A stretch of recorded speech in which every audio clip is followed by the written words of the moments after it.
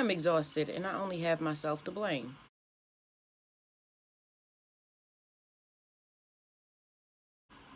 I allow people too much access to me. That's just the point of it. I feel like I'm not honoring myself because I'm allowing myself to be treated in a way that is unfair because I'm not getting back from my relationships what I give out. I'm just frustrated with my teenagers' inability to be present and aware of the effect that their actions have on others. We all have sensitivity issues in this family, and one of mine is banging on the doors. Banging sends my nervous system into a spiral. And as we hold trauma in our body, it takes me back to a dark place every time I hear loud bangs. And I'm still working through it. You can't make the world be quiet. One day I won't be as triggered by it. But right now, and for a while, it's a major trigger for me. But guess what they do if I lock my door? And that's what I'm talking about. We've had this conversation multiple times. But in that moment, if they need something, they're going to knock on that door if that door is locked. Even though they know that this is a trigger for me. We've had multiple conversations about how it affects me. But in that moment, all they can think about is what they want and getting their needs met. That is a problem for me. I have told my children that I feel like I'm not being heard. I feel like my boundaries are being crossed and I'm being dismissed. Those are the words that I used with them. This is the tone that I used because I don't want to raise my voice and then have the issue be turned into me triggering them because of the way that I'm communicating. Am I frustrated? Yes. Am I sick of it? Absolutely. Am I going to keep a calm exterior? Yes, I am, because I actually want them to hear me. I want to be understood. Now, see, 2 weeks ago when I got into it with my son, it ended up being a shouting match because I asked him to do something and he was like, I'll do it later. I didn't appreciate that because he wasn't doing anything at the time when I asked him to do it. And this is what I'm talking about, that dismissive nature. I don't appreciate it because when they ask me to do something, I do it immediately for them.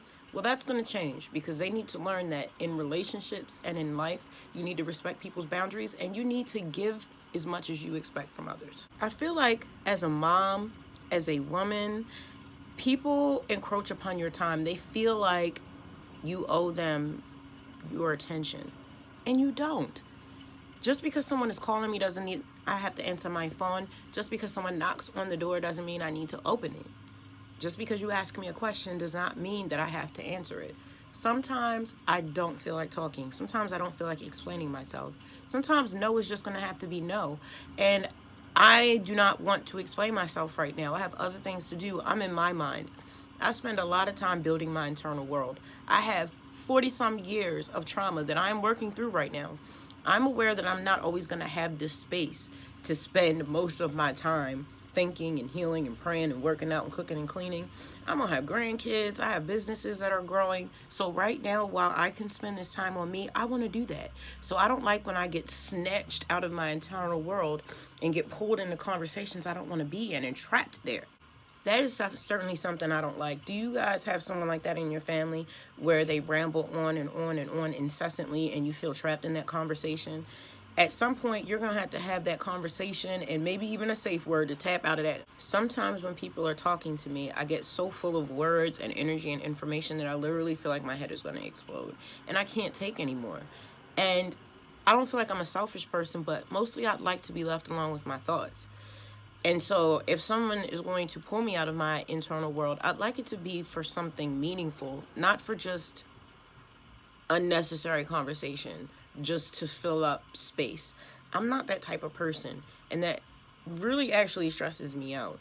So to honor myself and to keep my sanity that I've worked so hard to achieve, I have started to articulate to my family when I feel like I'm not being heard and the consequences of that, which are I'm going to pull back from those relationships.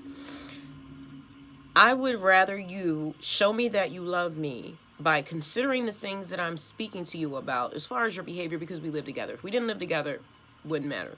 But when someone is telling you that you're doing something that's bothering them, the love is the fact that you step outside yourself and give a fuck. You know what I'm saying? That's more valuable to me than you telling me that you love me. Your words are pointless. Your words are useless. Your words are empty if they're not followed up with the energy to match it.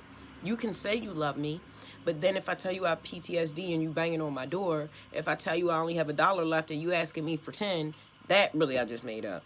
I just made that one up. It's just an example. Then you're really not respecting me. You really don't love me, and you really don't care about me.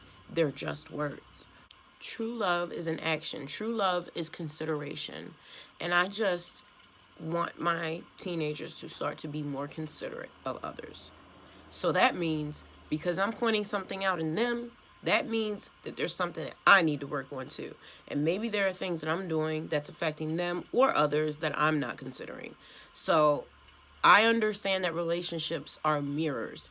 So if I'm seeing fault in someone else, I have that same fault. So I'm going to explore that further, and I'm curious to see what I'm doing so I can change it, because they're getting on my nerves, child.